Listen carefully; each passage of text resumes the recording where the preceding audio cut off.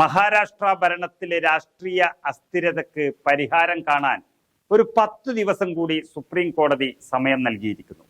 ഇനി സമയം നീട്ടി നൽകില്ല എന്നുറപ്പാണ്. മഹാരാഷ്ട്ര മുഖ്യമന്ത്രി ഏക്നാഥ് ഷിൻഡെ അടക്കമുള്ള MLA-മാരുടെ അയോഗ്യതയിൽ തീരുമാനമെടുക്കാൻ സ്പീക്കർക്ക് അനുവദിച്ച സമയപരിധി 10 ദിവസമാണ് സുപ്രീം കോടതി നീട്ടിയത്.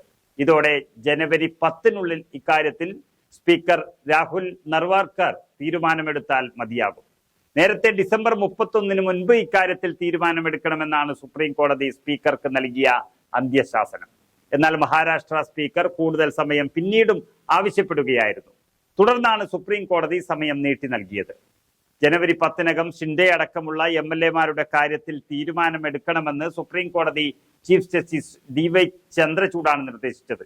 MLA-മാരെ അയോഗ്യരാക്കണമെന്ന ഉദ്ധവ് വിഭാഗത്തിന്റെ അപേക്ഷ നിലവിൽ സ്പീക്കറുടെ പരിഗണനയിലാണ്.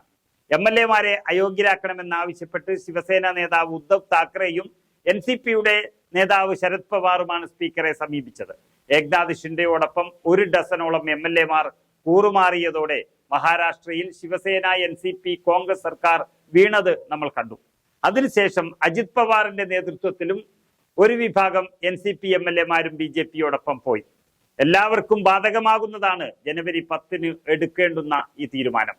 നടപടികൾ ഈ മാസം 20-ഓടുകൂടി തീരുമെങ്കിലും ഇതുമായി ബന്ധപ്പെട്ട 1 ലക്ഷത്തോളം വരുന്ന രേഖകൾ പരിശോധിക്കാനുണ്ടെന്നും അതുകൊണ്ട് സമയം നീട്ടി നൽകണമെന്നുമാണ് സ്പീക്കർക്ക് വേണ്ടി സോളിസിറ്റർ ജനറൽ തുഷാർ മേത്ത ആവശ്യപ്പെട്ടത്.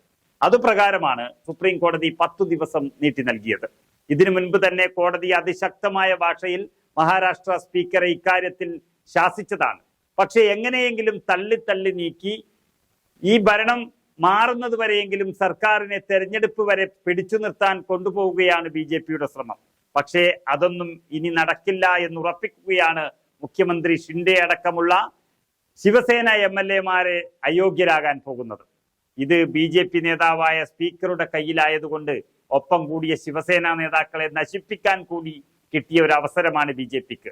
അത് ഭംഗിയായി തീർക്കുമെന്ന് ഉദ്ധവ് താക്കറേക്കും അറിയാമായിരുന്നു. ഒപ്പം നിന്ന് ചോര കുടിക്കുന്ന ഇത്തിൽ കണ്ണി രാഷ്ട്രീയം ആദ്യം മുതൽ തന്നെ ഭയപ്പെട്ടതുകൊണ്ടാണ് ഉദ്ധവ് താക്കറെ BJP-യെ വിട്ടുപോയത്. എന്നാൽ അത് മനസ്സിലാക്കാതെ ഒപ്പം കൂടിയ ഷിൻഡെ ശിവസേന, അജിത് പവാർ NCP എന്നിവർക്ക് വരാനിരിക്കുന്നത് വലിയ തിരിച്ചടിയാണ്. ഏതായാലും ജനുവരി 10-ന് മഹാരാഷ്ട്രയിൽ ഒരു തീരുമാനമാകും. മുഖ്യമന്ത്രി ഷിൻഡെ അയോഗ്യനായാൽ സർക്കാർ മാറേണ്ടി വരും.